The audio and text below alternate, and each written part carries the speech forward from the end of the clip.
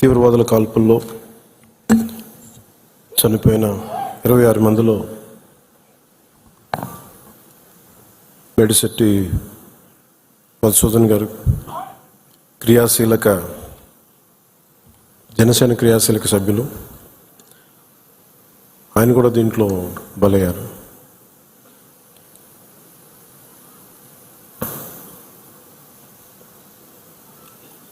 కశ్మీర్లో సరిహద్దుల్లో తూటాలు పేలితే, ఉగ్రవాదులు తూటాలు పేలితే దాని ప్రకంపనలు భారతదేశం అంతా ఎలా పాకిందో మనందరం చూస్తున్నాం. అది మన పార్టీ, మన జన సైనికుని కూడా చంపేస్తున్నది ఆ ఉగ్రవాదం.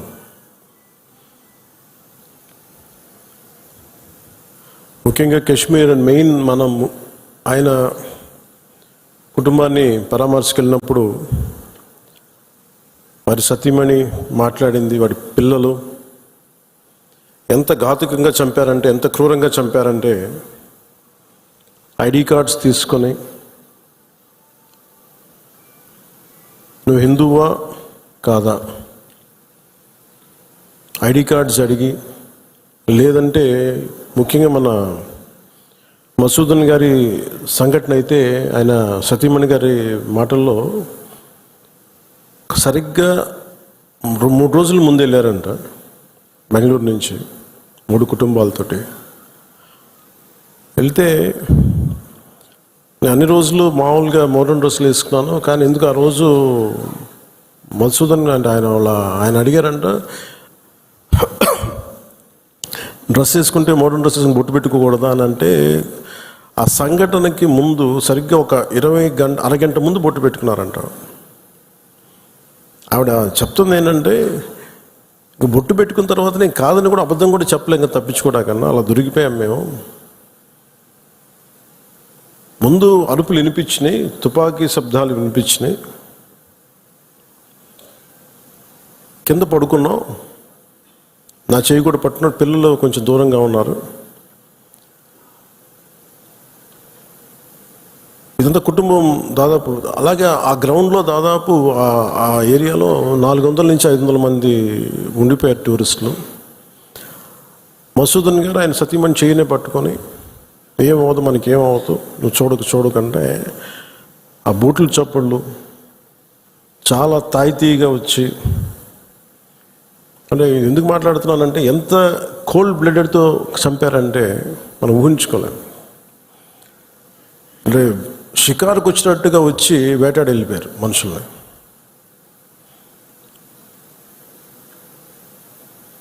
మనకి ఏమవ్వదు అని అలా అంటుంటే బూట్ల శబ్దాలు ఆగినాయి. ఆవిడికి తెలిసిందల్లా తుపాకీ శబ్దాలు వినిపించినాయి. కళ్ళు తెరిచి చూస్తే మొత్తం ముఖం మీద మొత్తం రక్తం ఉండిపోయింది, భర్త తాలూకు రక్తం. ఎంత క్రూరంగా చంపారంటే, నేను వైజాగ్ కూడా వెళ్ళాను చంద్రమౌళి గారి ఇంటికి. ఎక్కడ తల ఉండాల్సిన చోట తల లేదు. 35 బుల్లెట్లు 40 బుల్లెట్లు దింపారు తలలో, ర్యాపిడ్ ఫైర్ తోటి, ఆటోమేటిక్ గన్స్ తోటి. అంత దారుణంగా క్రూరంగా చంపేశారు. యుద్ధం ఎప్పుడు ఇంకొక ఆయుధం పట్టుకున్నవాడితో చేస్తాం, కానీ నిరాయుధులైన ఎంత నమ్మకం లేకపోతే కశ్మీర్కి వెళ్తారు. 22-23లో దాదాపు 2 కోట్ల మంది వెళ్ళొచ్చారు. అది ప్రెసిడెంట్ పాలన ఉన్నంతకాలం వచ్చారు. మొన్న పాలన మారగానే అప్పటికి చాలాసార్లు ఎన్నికలు ఇంకా సంసిద్ధంగా లేదు కశ్మీర్ అని చెప్పినా కానీ కొన్ని పరిస్థితుల వల్ల కుదరలేదు, రాజ్యాంగ పరిస్థితుల్లో. ఇంకా ఉండదు అని చెప్పేసి మళ్ళీ ఎప్పుడైతే రాష్ట్ర చేతికి వెళ్ళిపోయిన పగ్గాలు, మళ్ళీ ఈ తీవ్రవాదులు విజృంభించి చాలా కోల్డ్ బ్లడెడ్గా చంపేశారు అందరూ. మీరు ఊహించుకోండి, మనందరం ఒక సాయంత్రం అంటే మనకి కశ్మీర్కి మనకి ఏంటి సంబంధం అనుకుంటాం. గ్లోబల్ విలేజ్ని మాట్లాడుతున్నాం, ప్రపంచాన్ని. అమెరికాలో చిన్నపాటి ఇన్సిడెంట్ జరిగితే దాని ప్రకంపనలు ఆంధ్రాలో కూడా ఉంటాయి. It's become a global village. అలాంటిది దేశం సరిహద్దులు ఏమి జరిగినా, దేశం లోపల ఏమి జరిగినా దాని ప్రకంపనలు మనకు కూడా తగిలి తీరుతాయి. మేబీ ఒక సగటు మనిషిగా బతికే మనకి అంత అవసరం లేకపోవచ్చేమో, కానీ మామూలు మనిషికి అవసరం లేకపోవచ్చేమో, కానీ being a political party, regional పార్టీకి మనకు ఎందుకు అనే ఒక మైండ్ సెట్ ఉంటుంది. మన సంబంధం నేను చెప్తున్నప్పుడు బిగినింగ్లో జాతీయ సమస్యల గురించి నేను మాట్లాడుతున్నప్పుడు చాలా హాస్యాస్పదంగా ఉండేవాళ్ళు అందరూ నాతో. నీకెందుకు ఇవన్నీ స్టేట్స్ విషయాలు చూసుకుంటే, state is a part of the country కదా, state is a part of the nation, how do we ignore? కానీ ఈ లిమిటెడ్, ఈ తక్కువ స్థాయి ఆలోచన విధానంతో మనం ఎప్పుడు బయట ఆలోచించాం, పరిధి దాటి ఆలోచించాం. సో ఎప్పుడు నేను ఆ దేశం కోసం ఎందుకు ఇంత తపన పడతానంటే, if borders are not secured, Kashmir భారతదేశం అదంచు దాడితే పాకిస్తాన్ వస్తుంది. ఆ హద్దులు బాగలేనప్పుడు దాని ప్రకంపనలు ఇక్కడ దాకా వస్తాయి. మియాన్మార్లో గొడవలు జరిగితే మనకు ఎందుకు అనుకోవడానికి లేదు. అక్కడి నుంచి రోహింగ్యాస్ వచ్చేసి ఇక్కడ మనకి ఆంధ్రాలో కూడా ఉంటారు చాలామంది. దాని ప్రకంపన దాని తాలూకు ఇంపాక్ట్ మనకి ఏముంటుంది అనుకుంటే, ఒక 10 సెంట్లు భూమి ఉంటేనే, రోజు 2 సెంట్లు భూమి ఉంటేనే మనం ఎంత తెలుస్తాం. అలాంటిది కంట్రీ సరిహద్దుల్ని మనం చూసుకోకపోతే నాయకులుగా వచ్చే ఉపద్రవాలు ఇలా ఉంటాయి. మన దేశం ఎప్పుడు కూడా చాలా మెత్తని దేశం. ఉగ్రవాదులకి ఎందుకు సమాధానం చెప్పలేం. మీరు నిజంగా ఆవిడ పడ్డ బాధ చూస్తే ఇంత కనికరం అవసరం లేదు ఉగ్రవాదుల మీద అనిపించింది. నిర్దాక్షిణ్యంగా తీసేయాలన్న ఆవిడ అన్న మాటలు. చంద్రమౌళి గారు మేము మన వైజాగ్లో కనుక, ఆయన retired employee, bank employee, retirement plan ఏం చేయాలో, పిల్లలు అమెరికా వెళ్ళిపోయి ఏం చేయాలో తెలియక ఆయన జస్ట్ ఒక 5 రోజుల కన్నా వెళ్తే ప్రాణాలు పోయినాయి. మీరు ఊహించుకోండి, మన సరదాగా చాట్ తిందామని చెప్పి హైదరాబాద్లో గోకుల్ చాట్కి వెళ్తే బాంబ్ బ్లాస్ట్ జరిగింది, ప్రాణాలు పోయినాయి. Simple chat. అలాగే పార్క్ వెళ్దాం, లుంబిని పార్క్ వెళ్ళి కూర్చుందాం పిల్లా పాపలతో అంటే బాంబులు పేలినాయి. అంటే ఉగ్రవాదం తాలూకు పంజా అన్నిటి మీద ఉంటుంది. దీంట్లో దాదాపు 26 మంది చనిపోయారు. ఈ గుర్రాలని తీసుకెళ్ళి ఒక్కతను మటుకు ఒకే ఆయన ముస్లిం, మిగతా 25 మంది 25 మెంబర్స్ హిందూస్. అది కూడా ఆయన ఎదిరించాడు. ఆ గుర్రాలను తీసుకెళ్లే వ్యక్తి ఉగ్రవాదులు ఎదిరిస్తే ఆయన చంపేశారనేది వార్త. అంటే కశ్మీరు మనందరం ఒక అందమైన లొకేషన్ చూస్తే మేము చాలాసార్లు, అంటే నాకు ఎందుకు కశ్మీర్ అనేది ప్రత్యేకంగా నాకు తగులుతూ ఉంటుందంటే, యాజ్ ఎ లీడర్ మీరందరూ కూడా, as a political party stake హోల్డర్స్గా మీరందరూ you have to read history. అంటే ఇవి భవిష్యత్తులో జరగకుండా ఉండాలి అంటే దాని తాలూకు కశ్మీర్లో తూటాలు పేలితే దాని ప్రకంపనలు ఇప్పుడు మన పార్టీ దాకా ఎలా వచ్చినాయో, ఇది దేశం అంతా ఇట్లాగే ఉంది పరిస్థితి. అంటే ఒక వాస్తవాన్ని వాస్తవంగా చెప్పడంలో తప్పే ఉంది అన్నాను. మన జర్నలిస్టులు కూడా మాట్లాడుతూ ఉంటే ఒక వర్గం మీద ఇంకో వర్గం అంటే మీరు ఎందుకు ఇంత లోపాయికారిగా మాట్లాడతారన్నాను. సన్నాయి నొక్కులను ఎందుకు నొక్కుతారు మీరు? When you are targeted based on your religion, let us say it, చెప్దాం దాన్ని. అంత మాత్రాన ద్వేషమని కాదు, ఉగ్రవాదుల మీద కోపం అది. మన నాయకులు, ఇంతమంది ముస్లిం నాయకులు ఉన్నారు ఇక్కడ మనకి. ఈ రోజున మనం వివక్ష చూపించామా భారతదేశంలో? అన్ని వర్గాల మీద గొడవలు ఉంటాయి, చిన్న చితగా గొడవలు లేకుండా ఎందుకుంటే ఒక ఇంట్లోనే గొడవలు ఉంటాయి. కానీ మన దేశం ఏర్పడిన విధానం మటుకు మరి అందరూ అవగాహన చేసుకోవాలి. ఎందుకంటే ఎందుకు నేను 3 రోజులు సంతాప దినాలుగా ప్రకటించిన ఆ బాధ నాకు తెలుసు ఎలా ఉంటుందో. అప్పటికి మధుసూదన్ గారు చనిపోయిన సంగతి కూడా నాకు తెలియదు. ఎందుకంటే నేను 86 నుంచి 89 దాకా మన్నయ్య గారి చుని గారి సినిమాల్లో చాలాసార్లు మేము అక్కడికి వెళ్ళేవాళ్ళం. 3 to 4, 86 to 89 ఇంకా కశ్మీర్ ఉగ్రవాదం ఇంకా పైకి రానాలి, ఇంకా వచ్చి తొలి దశల్లో 89లో స్టార్ట్ అయింది. ఇంకా 90స్కి దాదాపు ఎన్ని వేల మందిని చంపేశారు. కొన్ని లక్షల మంది కశ్మీరీ పండిట్స్ని వలసపోయేలా చేశారు. అంటే ఆ రోజు కనుక కశ్మీరీ పండిట్ల వలసను కనుక ఆపుండగలిగితే, అంటే ఎప్పుడు ఒక అలక్ష్యం, ఇది నా సమస్య కాదు, నా సమస్య కాదు వదిలేస్తే కశ్మీరీ పండిట్లు అక్కడే ఉంటారు, అక్కడే పుట్టారు, అక్కడే పెరిగారు, వేరే రాష్ట్రాల నుంచి కూడా రాలేదు, అందరూ అక్కడే పుట్టారు, అక్కడే పెరిగారు. లక్షలాది మంది కశ్మీరీ పండిట్స్ వలసలు వెళ్ళిపోయారు. నాకు పర్సనల్ ఎక్స్పీరియన్స్ ఏంటంటే 86, 89లో మేము షూటింగ్ల కోసం నేను కొంత ప్రొడక్షన్లోనే పనిచేశాను. కొంచెం ఏదైనా కావాలంటే అవసరాలుగా మార్కెట్కి వెళ్ళాను. శ్రీనగర్ మార్కెట్కి వెళ్తే ఫస్ట్ ఇయర్ బాగానే ఉంది, కానీ 86లో 87, 88కి చాలా ఇబ్బంది అయిపోయింది. ఇంకా 89 దగ్గరికి వచ్చేటప్పటికి షూటింగ్ జరుగుతుంటేనే గొడవలు అయిపోయాయి. 1-2 రోజులు త్వరగా ముగించుకొని వచ్చేస్తుంటే అప్పుడున్న కశ్మీరీ పండిట్ ఒక అతను చెప్పాడు, ఇంక మీరు రాలేరు ఇక్కడికి అన్నాడు. ఎందుకంటే మా మొహల్లాల్లో, మా ఏరియాల్లో చాలా ఇబ్బందులు అయిపోతున్నాయి, మాకు ఇబ్బంది వచ్చేసరికి మీరు రాలేరు కళ్యాణ్ మీరు అని చెప్పాడు. అంటే ఆ రోజు నుంచి ఈ రోజు దాకా కశ్మీర్ ఎప్పుడు ఒక మండుతున్న సమస్య. మీరు as a party you make very stable. This is Janasena decision, all of our decision. అది Kashmir is an integral part of India that can not be denied. అది మీరు చాలా బలంగా మీరు మాట్లాడాలి. Kashmir is an integral part of India, it will be an integral part of India forever ఎవర్. ఎందుకంటే ఎందుకు మాట్లాడుతున్నానంటే కశ్మీర్ పేరు కశ్యప మహర్షి మీద వచ్చింది. అమర్నాథ్ టెంపుల్ కానీ, ఇక్కడి నుంచి కేరళ నుంచి కశ్మీర్కి శంకరాచార్య మఠం కానీ, తర్వాత మతాలు మారుండొచ్చేమో ప్రజలు, కానీ అందుకని మీరు దీన్ని చాలా బలంగా నమ్మాలి. యాజ్ ఒక చిన్న గొడవ జరిగినప్పుడు అది మనకెందుకని అనుకోకండి.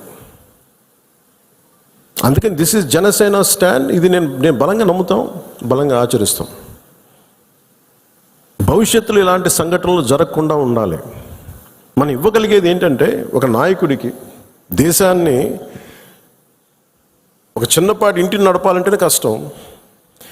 ఇన్ని రాష్ట్రాలు, ఇన్ని విభిన్నమైన సంస్కృతులు, ఇన్ని భాషలు, ఇన్ని పొలిటికల్ పార్టీస్, వీటన్నిటి మధ్య వైరుధ్యాల మధ్యలో ఒక ఏకాభిప్రాయంతో ఒక దేశాన్ని నడపాలి ఒక ప్రధానమంత్రికి అంటే ఎంత కష్టమైన పరిస్థితి అది. అలాంటి వ్యక్తులకి మనం ఇవ్వగలిగేది చిన్నపాటి ఊతం అంతే, చిన్నపాటి ఆసరా. ఎక్స్ట్రా గొడవలు క్రియేట్ చేయకుండా కొంచెం బాధ్యతగా మాట్లాడటం, అవసరమైన చోట భుజం కాయటం. As part of NDA this is our responsibility. ఎందుకు నేను దీన్ని ఫస్ట్ టైం, నేను ఇప్పుడు దాకా మాట్లాడిన విధానంలో కొంచెం సాఫ్ట్గా ఫస్ట్ టైం నేను ఎందుకు హిందూ, టార్గెటెడ్ హిందూ, మిగతా వాళ్ళు ఇబ్బంది పడుతూ ఉన్నారు మాట్లాడటానికి. ఉగ్రవాదులు టార్గెట్ చేసి హిందువులను చంపారు, ఇది సత్యం అంతే. వాళ్ళు అన్న మాట నాతో ఏంటంటే, మధుసూదన్ గారి భార్య, ఇఫ్ ఆమె ముస్లిం నన్ను స్పేర్ చేసేవాళ్ళు సార్. మేము చేసింది పాపం, బీయింగ్ హిందూ పుట్టడమా మేము చేసింది? కనీసం మా చేతిలో ఆయుధాలు కూడా లేవే, మేము సైనికులం కూడా కాదే. మేము బిడ్డలిద్దరు అక్కడే ఉన్నారు. నాకు నేను ఆలోచించలేదు ముందు. నేను అనుకున్నాను ఆయన ఒక్కైనా వెళ్ళారేమో, అలా చనిపోయారేమో అనుకున్నాను. కానీ కుటుంబం అంతా ఉంది, ఇంకో 2 ఫ్యామిలీస్ ఉన్నాయి. అందరి ముందు దారుణంగా చంపేస్తే, ఇంకా ఇది భారతదేశం కాబట్టి చాలా 7 దశాబ్దాల తర్వాత మాట్లాడుతున్నాం మనం. కశ్మీర్ని 3 సార్లు, మన పాకిస్తాన్ని 3 సార్లు ఓడించాం. సహనం ఎక్కువైపోయింది మన దేశానికి. ఎందుకంటే కంట్రీ మనుషులే సహనం ఎక్కువ మనకి. ఏదైనా అతి చేస్తే మంచిది కాదు, అతి సహనం కూడా మంచిది కాదు, మితిమీరిన మంచితనం కూడా మంచిది కాదు. ఇష్టారాజ్యంగా వచ్చి కాల్ చేసి వెళ్ళిపోతా ఉంటే మనం ఎందుకు కామ్గా ఉండాలి? మన జన సైనికుడు చనిపోయిన మన జన సైనికుడు మనలో ఎవరైనా కావచ్చు, అది నేను కావచ్చు, మీరు కావచ్చు, ఎవరైనా కావచ్చు. అది ఎంతమంది ఇక్కడికి వచ్చేసి ఉంటున్నారో మనకు తెలియదు, ఏ ముసుగులో ఉంటున్నారో తెలియదు మనకి. సో మీరు వెళ్ళేటప్పుడు ఇది నిరంతర పహార, eternal vigilance is essential element for democracy. మన బాధ్యత పదవులు వచ్చేసినాయా లేదా, మనం గెలిచేసామా లేదా అన్నిటికంటే కూడా ఎంత బాధ్యతగా ఉండగలం మనం, ఎంత నిరంతరంగా మనం విజిలెన్స్తో ఉండగలం, పహారా కాయగలం సమాజం మీద. ఊళ్ళల్లో ఎవరైనా కొత్త వ్యక్తులు వచ్చారా, అనుమానాస్పదంగా తిరుగుతున్నారా, ఇవన్నీ it's also part of our responsibility. So నాకు ఇది 3 సార్లు యుద్ధం ఓడిపోయిన తర్వాత మన మంచితనం ఇంకా అర్థం చేసుకుంటే ఇలాగ వచ్చి ఇళ్లలోకి వచ్చి చంపుతారు. షికార్కి వెళ్తే, సరదాకి వెళ్తే చంపేస్తారు. దీనికి మటుకు చాలా బలమైన స్టాండ్ తీసుకోవాలి. అందుకే నాయకులందరికీ కూడా, జన సైనికులందరికీ కూడా, వీరమలందరికీ కూడా ఇది ధైర్యంతో కూడుకున్న పని. ఉగ్రవాదులను ఎదుర్కోవడం అంటే ధైర్యంతో కూడుకున్న పని. Though we're a regional party, we didn't expand as on now. We confined only to state, AP, maybe కొంత తెలంగాణ. కానీ మన ఆలోచన విధానం జాతీయవాదం. ఇది మీరు బలంగా ఉండగలిగితేనే రేపొద్దున యుద్ధ పరిస్థితులు రావచ్చు, రాకపోవచ్చు, నాకు తెలియదు యాజ్ ఆన్ టుడే. బట్ కొన్ని 7 అంశాల మీద నిర్ణయాలు తీసుకున్నారు. ముందు వాటర్ ఆపారు. అంటే కొంతమంది మాట్లాడుతారు, కొంతమంది లీడర్స్, ఎంత లౌకికవాదం, ఎంత సెక్యులరిజం అంటే అందరికీ, ఎంత సెక్యులరిజం అయిపోయిందంటే అందరికీ. నేను అనేది మన కంట్రీ స్లోగనే సత్యమేవ జయతే. Unlike America, in God we trust అంట. 3 కోట్ల దేవతలున్న దేశాలలో మన సత్యాన్ని నమ్ముతాం, కానీ మన అమెరికాలాగా ఇన్ గాడ్ వి ట్రస్ట్ ఒక దేవుడిని పెట్టలేదు మన దేశంలో. We're beyond religion, we're beyond God. Truth is eternal. సత్యం అంటే ఏంటి? ఒక తప్పుని తప్పుగా చెప్పడం, ఒప్పుని ఒప్పుగా చెప్పడం. If I make a mistake, I'll say admitted it's a mistake. Constant కరెక్షన్లో ఉండాలి. ఎటర్నల్ ట్రూత్ అది. అలా కాకుండా ఇంత 26 మంది చనిపోతే మత ప్రాతిపాదికని చంపినా కానీ మన సెక్యులర్ వాదులు, సో కాల్డ్ సూడో సెక్యులరిస్ట్, వాళ్ళు ఏం మాట్లాడుతున్నారు? మతం అడిగి చంపలేదంటారు. చనిపోయిన మధుసూదన్ గారి భార్య, అందరూ వాళ్ళ అబద్ధాలు చెప్తారు. వాళ్ళు పాకిస్తాన్ని ప్రేమిస్తూ అంటారు. వీళ్ళందరూ ఇక్కడ భారతదేశంలో కూర్చొని మీరు పాకిస్తాన్ని ప్రేమిస్తుంటారు. మొన్న కొంతమంది నాయకులు డిబేట్లో మాట్లాడుతుంటే చూస్తున్నాను. మీరు పాకిస్తాన్ అంత ప్రేమిస్తే దయచేసి పాకిస్తాన్కి వెళ్ళిపోండి, ఇక్కడ ఎందుకు? పాకిస్తాన్ మీద మీకు అంత ప్రేమే ఉంటే ఇది మాట్లాడుతున్న పని ఏదైనా వీళ్ళందరూ కూర్చొని కాంగ్రెస్ నాయకులు వీళ్ళందరూ, కొంతమంది ఎమ్మెల్సీలు కూడా ఉన్నట్టుగా అనిపించింది నాకు చూస్తుంటే. ముఖ్యంగా సౌత్ నుంచి ఉన్నారు కొంతమంది సీనియర్ కాంగ్రెస్ నాయకులేం. కాంగ్రెస్లోనే విభేదం ఉంది.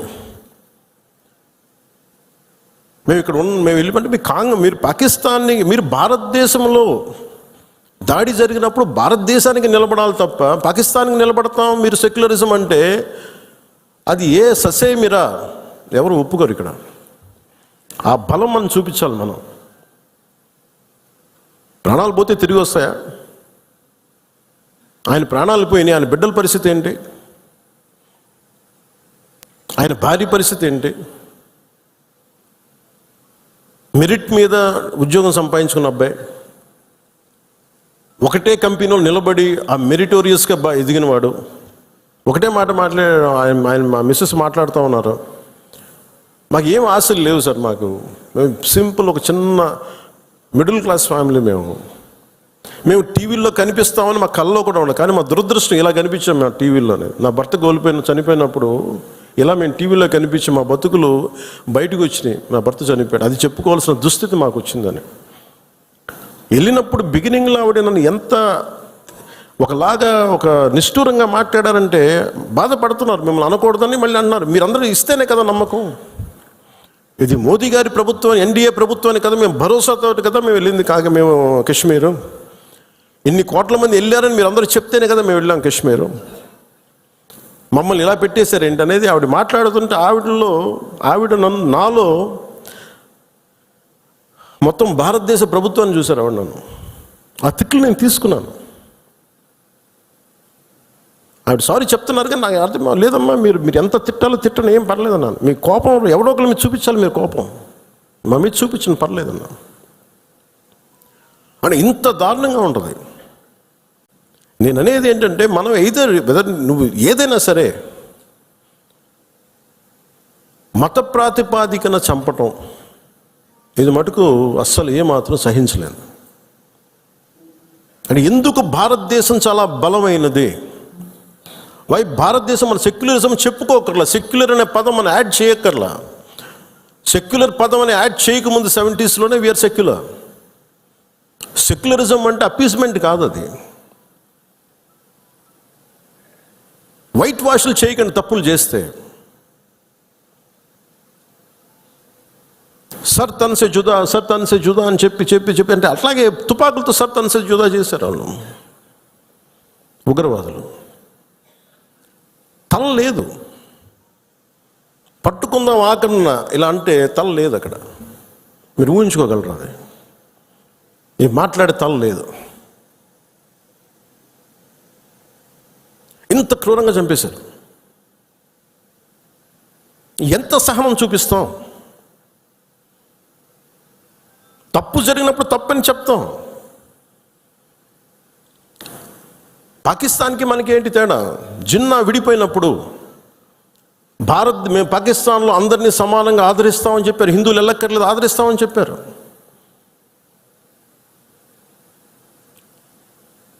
రెండు కోట్ల పైన ఉండే, చాలా కోట్ల ఎక్కువ, అంత జనాభా ఉండే చోట ఈరోజు జస్ట్ పట్టుమని కొన్ని లక్షల్లో ఉంటారు పాకిస్తాన్లో హిందువులు, అంతే. బట్ వేరస్ మన దేశంలో, పాకిస్తాన్లో ఎంత జనాభా ఉందో ముస్లిం జనాభా అంత జనాభా ఇక్కడ ఉంది. That's what India is. కానీ మనం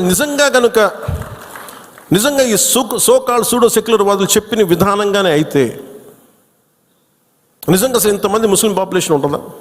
ఇంత వివక్ష చూపించే దేశం అయితే, హిందువులే నిజంగా వివక్ష చూపించే దేశమే అయితే ఇన్ని లక్షల మంది ఉండగలరా? అసలు ఇన్ని కోట్లాది మంది జనం ఉండగలరా?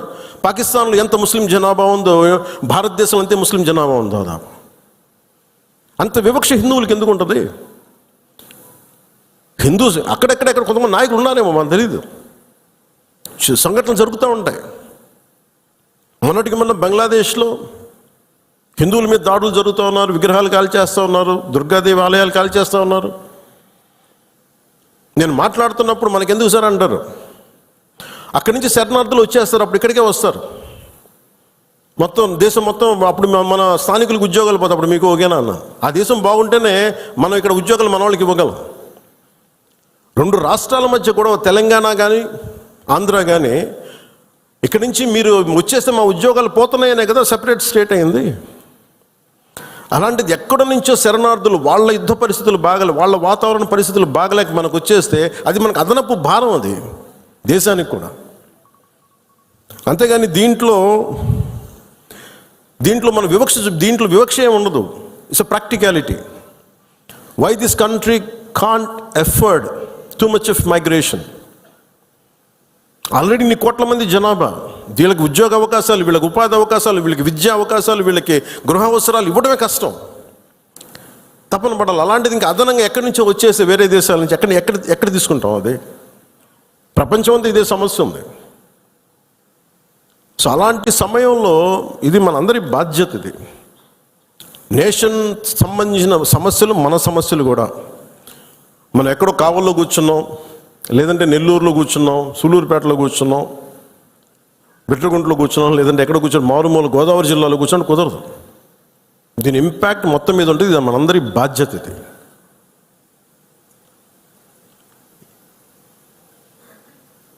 ఈ రోజున మనకి ఒక వాస్తవంగా మాట్లాడటం తెలుసుకుందాం. నేను చాలాసార్లు ముస్లిం సమాజానికి కూడా చాలాసార్లు చెప్పాను. నేను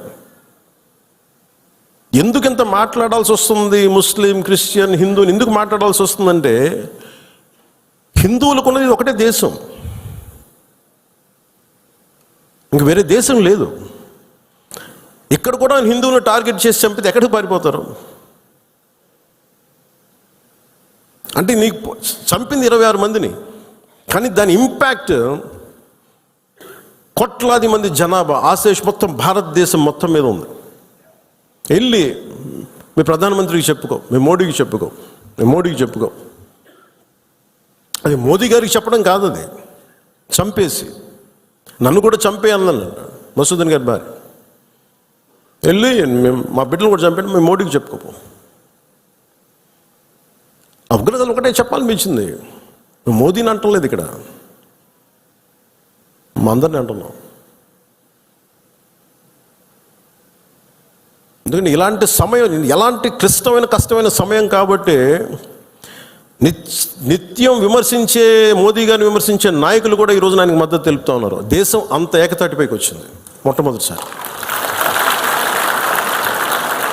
ఇలాంటి సమయంలో అంటే నేనేదేంటంటే ఇర్రెస్పెక్ట్ ఆఫ్ మన డిఫరెన్సెస్ అసైడ్, ఉగ్రవాదం మీద మటుకు, హింస మీద మటుకు, ఇర్రెస్పెక్ట్ ఆఫ్ రిలీజియన్, మనందరం ఒకటే మాట మాట్లాడాలి. దీంట్లో మాట్లాడితే ఓట్లు పోతాయా, దీంట్లో మాట్లాడితే ఓట్లు వస్తాయి, ఇవన్నీ ఆలోచించకండి. Whether you have spoken truth or not, సత్యమేవ జయతే. నువ్వు ఒకటే మాట్లాడాలి, నేను ఓట్లు వస్తాయని నేను రాలా, మార్పు తీసుకురాగలమా లేదా అనేది రాజకీయాల్లోకి వచ్చాం.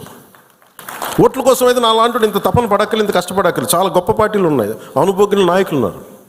కానీ ఒక సత్యాన్ని సత్యంగా మాట్లాడడం చాలా శక్తి కావాలి, దానికి ధైర్యం కావాలి. సహజంగా ఇలాంటి సంఘటనలు, ఉగ్రవాదులు జరగగానే అందరూ మనకెందుకు వాళ్ళు మన టార్గెట్ చేస్తారేమో అనుకుంటాను.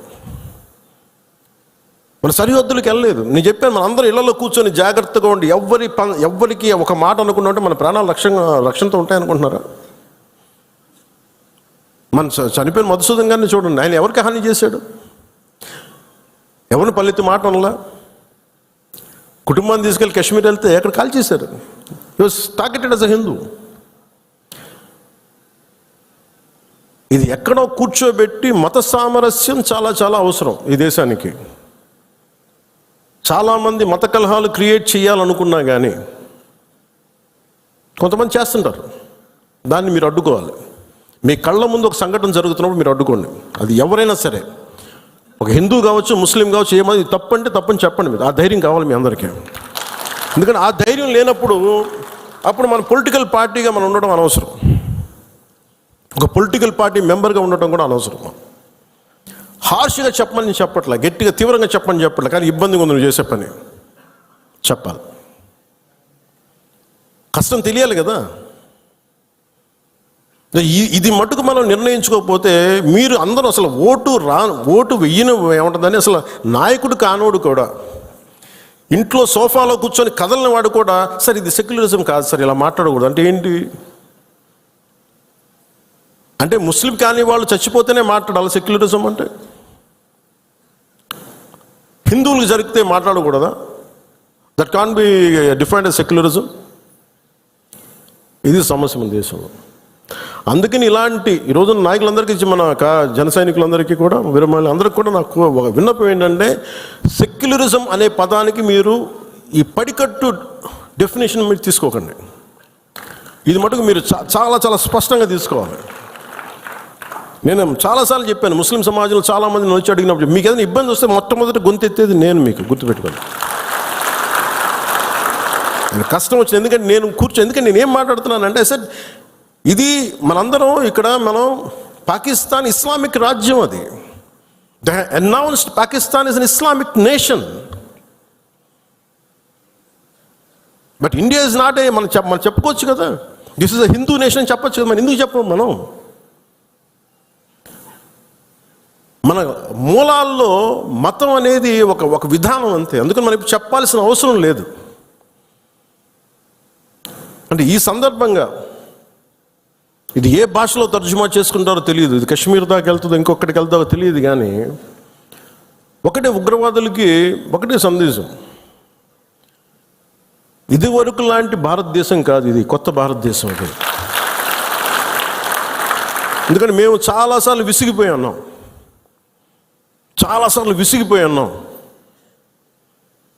మీ ఇష్టానికి వచ్చి కాళ్ళు చంపుతానంటే ప్రాణాలు ఎలాగపోతాయి మాకు తెలుసు. As well as will fight and let our life go. దాన్ని సిద్ధపడే వచ్చాం రాజకీయాల్లోకి. పుట్టిన ఎందుకు వస్తాం? పదవులుగా. పదవులు లేకపోతే మనకి ఏమొస్తుంది? ఇంకా బాగుంటుంది. పదవులు లేకపోతే స్ట్రెస్ ఉండదు. అందుకని పదవులు ఆశించేది ఏది ఎవరైనా సరే ఇది బాధ్యత. ఇది మనందరం బలంగా మాట్లాడాలి. అలాగే ఈ సందర్భంలో పోయిన ప్రాణాలని మనం ఎలాగ తిరిగి తీసుకురాలేం. పెద్ద ఎర్నింగ్ మెంబరు చనిపోయాడు కుటుంబంలో, మధుసూదన్ గారి కుటుంబంలో. సో మనందరి తరపున, మీ అందరి తరపున, పార్టీ తరపు నుంచి ఆయనకి ఒక 50 లక్షల రూపాయలు ఆయన కుటుంబానికి అందజేస్తున్నాం. అని నాకు ఎప్పుడు డబ్బులు అనౌన్స్ చేయడం ఇబ్బందిగా ఉంటుంది.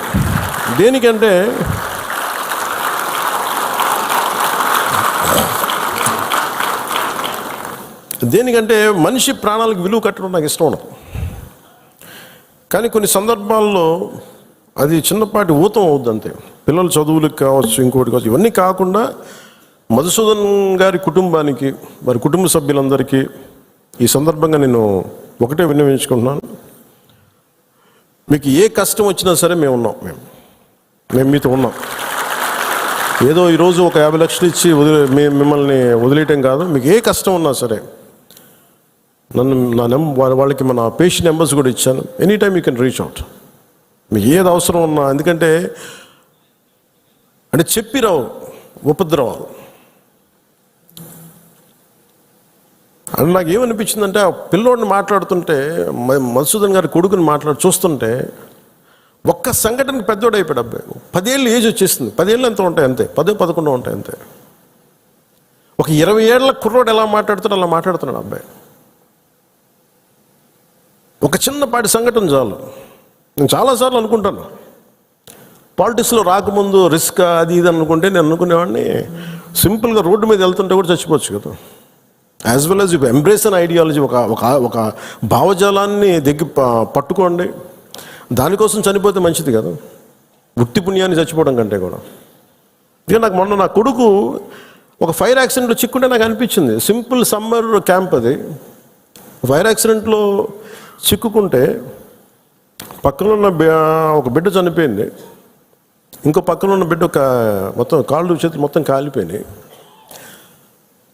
వీడికేమో లోపలికి అంతా ఈ కొంత ఫస్ట్ డిగ్రీ జరిగినాయి బర్న్స్. తర్వాత లోపలికి సూట్ ఉంటుంది, గాలి పీల్చేయటం వల్ల ఆ పొగ. నా కొడుక్కే అర్ధరాత్రి పూట లేచి ఆ మేడపై నుంచి పడిపోతున్నట్టు కళ్ళు వస్తాయండి. సైకాలజిస్ట్ చూపిస్తున్నారు ఇప్పుడు. అలాంటిది మధుసూదన్ గారి పిల్లల్ని చనిపోయిన ఇన్ని కుటుంబాల తాలూకు మీరు వాళ్ళు ఆలోచించండి. వాళ్ళు పడుకుంటే నిద్ర పడద్దా? తుపాకులు వస్తాయి, తుపాకీ చప్పుళ్ళు వినిపిస్తాయి, భర్త హాహాకారాలు వినిపిస్తాయి, తండ్రి ప్రాణాలు కోల్పోవడం వినిపిస్తాయి. ఎంత ఘాతుకం ఉంది. ఒకటి చనిపోవడం, ప్రాణాలు కోల్పోవడం ఒకటైతే, మానసికంగా దాన్ని తేరుకొని బయటికి రావడం చాలా చాలా కష్టం. అందుకని ఇలాంటి పరిస్థితుల్లో చనిపోయిన 26 మంది మరోమారు నా సంతాపం తెలియజేసుకుంటూ మనస్ఫూర్తిగా వారందరూ వారి అందరి కుటుంబాలకి దాదాపు మీకు అంటే మన ఇలాంటి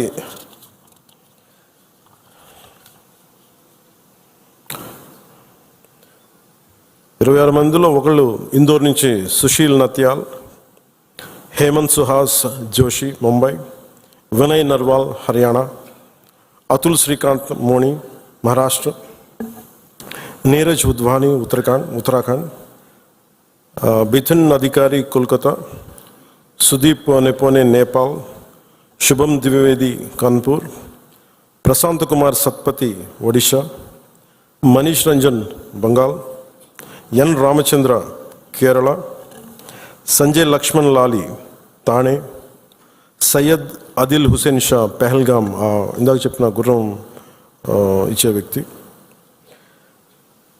దినేష్ అగర్వాల్ చండీగఢ్, సమీర్ గుహా ఫ్రమ్ కోల్కతా, దిలీప్ దాసలి ముంబై, జేఎస్ చంద్రమౌళి విశాఖపట్నం, మధుసూదన్ రావు సోమిశెట్టి కావలి, సంతోష్ జగడ పూణే, మంజునాథరావు కర్ణాటక, కస్తూబా ఘన్వోటే పూణే, भरत भूषण बेंगलुरु, सुमित परामर गुजरात, यतेश परामर गुजरात, तागे हेलियांग अरुणाचल प्रदेश, शैलेश भाई హెచ్ హిమ్మత్భాయ్ కలాటియా గుజరాత్. 26 మంది మృతులకి, ఉగ్రవాదుల తుపాకులకి, బుల్లెట్కి బలైన వ్యక్తులందరికీ కూడా మరోమారు మా జనసేన తరపు నుంచి, మన అందరి తరపు నుంచి హృదయపూర్వకంగా సంతాపాన్ని తెలియజేస్తూ, మనందరి సంతాపాన్ని తెలియజేస్తూ, మరోమారు మధుసూదన్ రావు గారి కుటుంబానికి నా ప్రగాఢ సానుభూతిని తెలియజేస్తూ, అలాగే చంద్రమౌళి గారి కుటుంబానికి నా ప్రగాఢ సానుభూతిని తెలియజేస్తూ, మీకు అండగా ఉంటామని తెలియజేసుకుంటూ, అలాగే జేఎస్పీ మెంబర్షిప్, మన క్రియాశీలక మెంబర్షిప్ తీసుకున్న దాంట్లో ఇంకా మన ఇచ్చే 50 కాకుండా ఇంకొక 5 లక్షల రూపాయలు అదనంగా వస్తుంది, అది కూడా సిద్ధం చేసాం. ఇవన్నీ కాకుండా రాష్ట్ర ప్రభుత్వం నుంచి కూడా ఇంకొంచెం అదనంగా మనం ఏదైనా ఇవ్వగలమా లేదనేది గౌరవ ముఖ్యమంత్రి శ్రీ నారా చంద్రబాబు నాయుడు గారితో కూడా ఒకసారి చర్చించి నిర్ణయం తీసుకుంటామని తెలియజేసుకుంటూ, చాలా దూర ప్రాంతాల నుంచి చాలా తక్కువ సమయంలో ఇక్కడికి విచ్చేసిన మన గౌరవ ఎమ్మెల్యేస్ అందరికీ, గౌరవ మంత్రివర్యులందరికీ, కొత్తగా పదవి బాధ్యతలు తీసుకున్న చైర్మన్స్ కానీ, స్థానిక సంస్థల చైర్మన్లు కావచ్చు, మెంబర్స్ కావచ్చు, అందరికీ, జన సైనికులకి, వీర మహిళలకి ప్రత్యేకించి మీ అందరికీ పేరు పేరున ధన్యవాదాలు తెలుపుకుంటూ సెలవు తీసుకుంటాను. జై హింద్.